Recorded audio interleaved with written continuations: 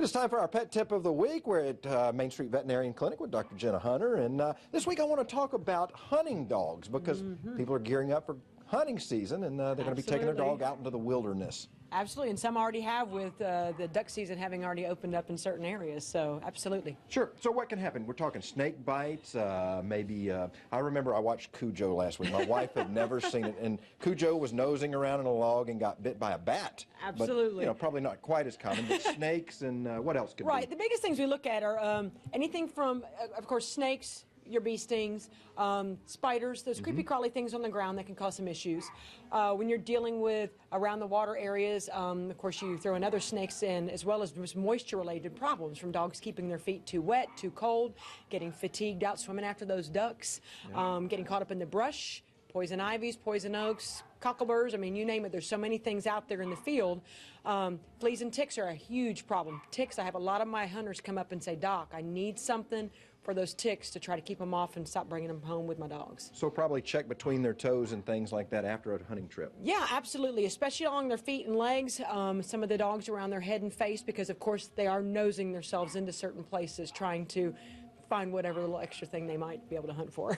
Now, is it true there's a rattlesnake vaccine? Yeah, there is a rattlesnake vaccine. It's very, very popular in certain parts of the United States because of the high numbers of rattlesnakes.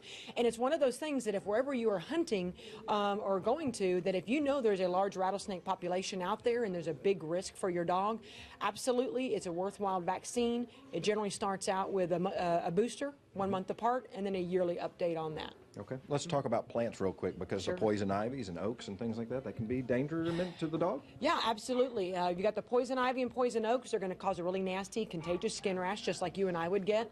And then also, too, some of the brush and things that we tend to hunt around. You know, you're looking at thorns, stickers, you know, basically those big. There's little tiny cocklebugs we're used to in our yards, but there's some really big ones out there sitting in our woods that our dogs will tend to get into. Does most of this pertain to cats? I mean, they kind of do their own hunting, but, you know. But cats, of course, yeah, our cats, of course, they tend to roam around our neighborhoods and our houses, and, of course, yeah, they're going to be exposed to all these same types of things as well. All right, and Zip behind us, he's not much of a hunting dog. I understand he spends most of his time on the couch, but... he hunts the channels. Hunts the channels. There you go. Now let's send it over, and we'll check on our adopt-a-pet. This week, it's a family of pups. They were dumped on the side of the road at about 5 weeks old. When they arrived, they were just skin and bones, but Dawn nursed them back to health, and now they're ready for a new home.